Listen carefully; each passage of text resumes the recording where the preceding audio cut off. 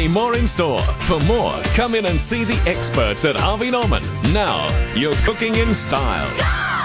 The Care Alert Smart Dialer. Listen to these benefits. If you hear a potential intruder outside, just press your pendant and a loud, audible alarm will send that person away quick smart. If you fall over or become suddenly ill, the Care Alert Smart Dialer can notify up to 5 persons of your choice that you need help. Even 000 can be included. You will never ever pay any monitoring fees, and they cost less than $300 to own outright. Visit carealert.com.au or call 1300 75 85 95. Choosing the right office furniture is as easy as ANZ Office Furniture. That's where you'll find great prices on desks and chairs, workstations and storage, shelving and filing cabinets, plus more. Arrange a free, no obligation office assessment and let the team customise a solution for you and deliver it fast. From a home office to a corporate fit out, get the best with ANZ Office Furniture. 274 Weymouth Street, Adelaide. Browse and buy online too. Go to anzofficefurniture.com.au. The 5AA Breakfast Show. Hugh Grant, good morning. We're looking forward to seeing you as the pirate.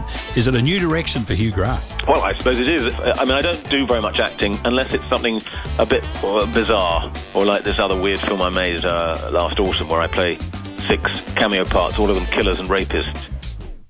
It's another family film. The 5AA Brekkie Show. Weekday mornings from 6 on 1395. Adelaide's 5AA. Interactive radio. Email on air at 5AA.com.au. Peter Godfrey.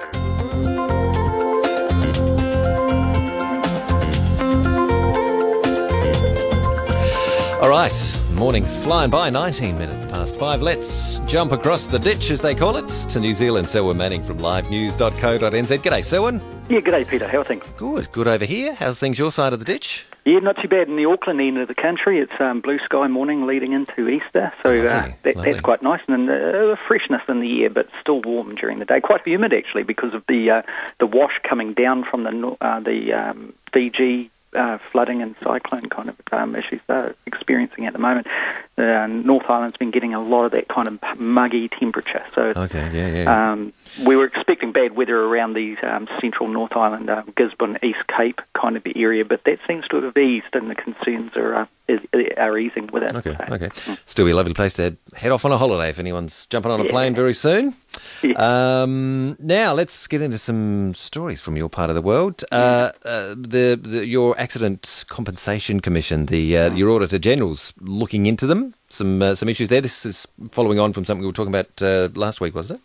Yeah, that's right. The Auditor General has responded to a complaint from the Green Party that there were issues coming out of this whole thing that we talked about last week, Peter, where we saw the Minister of Local Government resigning, Nick Smith, one of the National's brightest and best cabinet ministers, over allegations of cronyism and even, insinuations of corruption relating to his handling of supporting a compensation claim by a friend of his and using that ministerial letterhead, the big no-no for cabinet ministers to do that.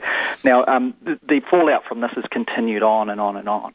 What we have now is the Auditor General, the Auditor General's office has initiated an investigation into alleged the points that it's doing here are looking into the policies and practices of ACC. So that's a broad kind of thing. The other term of reference is the policies and practices that apply when claimants personally contact board members, so board of the ACC, and obviously looking at whether or not there's some sort of conflict of interest that develops. Another point, how many matters relating to this Ms. Bronwyn Puller, which is the woman in the that's at the centre of all of this, the claimant. When claimants, Bronwyn Puller, that came to the attention of the board, individual board members and how they dealt with it. So once again, it's looking into whether or not there are issues of cronyism or even corruption there, and any other matters. So another sweeping point of reference, any other matters that the Auditor General considers to be desirable to report on. So this is really going into an area where it's trying to figure out whether or not there was impropriety going on. So this is additional to what the Prime Minister said was necessary. He said there's a privacy commissioner is looking into matters of privacy. There is even a police investigation potentially that is looking into certain aspects, probably the best way to put it. And he said that was enough, that was fully covered. Now, with the Green Party thing, it's brought the Auditor General, an independent body, and that's actually looking at the heart of it, which, may or may not involve further revelations relating to National Party politicians and their associates' involvement in this whole affair. I hope that explained it all, because it's a very complex one to unpack, but that's pretty much the guts of it, I think, Peter. Is there speculation there could be more heads rolling following this, or will it be more about procedures in place? Yeah, well, it'll be the investigation will be about the procedures and why certain decisions were made, what the consequence of those decisions were. So it'll get right down to whether or not ACC and arguably the Minister's Office and others that are close to the government, to the National, whether or not the whole thing followed process or whether or not there was impropriety involved. And the report that will be resulting from this inquiry, we can't say exactly when it's going to come in. The Auditor General says, in general terms, inquiries conclude between 2 months and 12 months, so it's a pretty broad band there. Meanwhile, we've already seen, as mentioned at the front of this piece, that the Nationals have already lost a Cabinet Minister, Nick Smith, one of their best, and there is another minister, Judith Collins, for example, who has been the focus of many opposition attacks in the House and outside, and that has led to her as an individual laying allegations of defamation against members of the opposition, opposition parties.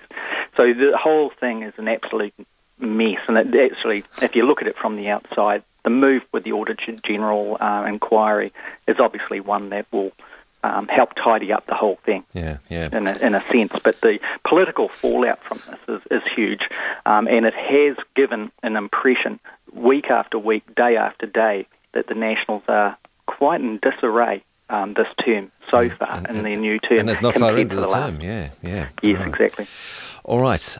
A single currency for you and us has been floated. The Australian and New Zealand Productivity Commissions are toying with the idea, suggesting it could be worth looking at. Your thoughts on that? What do you reckon? Yeah, it's an interesting one, and news reports are appearing in the UK, certainly in Europe, Australia and New Zealand this morning on this.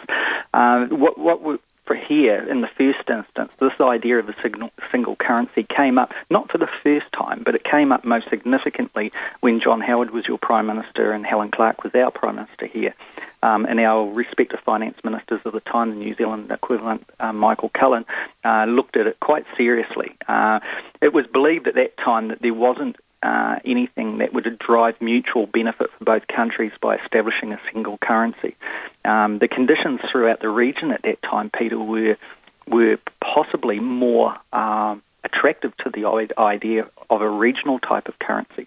Particularly at that stage, the Pacific itself was moving to a more formal regionalisation plan, where the Pacific, as its administrative body, the Pacific Island Forum Secretariat, would represent the whole of the region with global partners, global players, and global bodies, for example. So there was a move towards some sort of union. Now, of course, as we observe the Pacific now, it's a fragmented Pacific, with the Fiji isolationist kind of thing, the Melanesians forming stronger blocks with themselves, the Polynesians pretty much on their own, in a sense, in Australia and New Zealand kind of in a transitional period, really re-establishing their foreign affairs kind of portfolios in a sense. So there's also all of that kind of is quite different. But what we are seeing in that paper, for example, is that it nails down a few things. One, it says that a single currency can be of benefit where one of the points it looks at is whether or not there are similar regulatory kind of models between the two countries, so that there isn't such a wide ditch if a single currency came in that would cause an inequality between the two countries, meaning like if you looked at the EU nations, perhaps the southeastern countries not so wealthy. Their GDP is obviously a lot lower than the more established North European countries. So an inequality came into the euro and the EU kind of makeup, in the sense some would argue. One of the points it says, like the paper it notes, there are 5 identical stages of economic integration. So without kind of giving a lecture on this one, Peter, but the closer economic relations that becomes 30 years old this year between Australia and New Zealand. This says the 5 steps are free trade agreement, a customs union with common external tariffs, which is pretty close to where we are now, a common market, pretty close, that closely economic relations meets that, and an economic union and political union being that final 5th point. So that latter part, you can see it's a long way to go before the two countries reach something like that, maybe in our lifetime. Yeah, and I did see a comment somewhere online that said, as long as the Wallabies and the All Blacks don't merge, everything will be okay. I remember saying to you once before, ages ago actually, that I don't know how some of the provincial Kiwis would take a single currency, with a kangaroo on their note. I can't see them going down to their local shops and buying a pair of socks with that on there.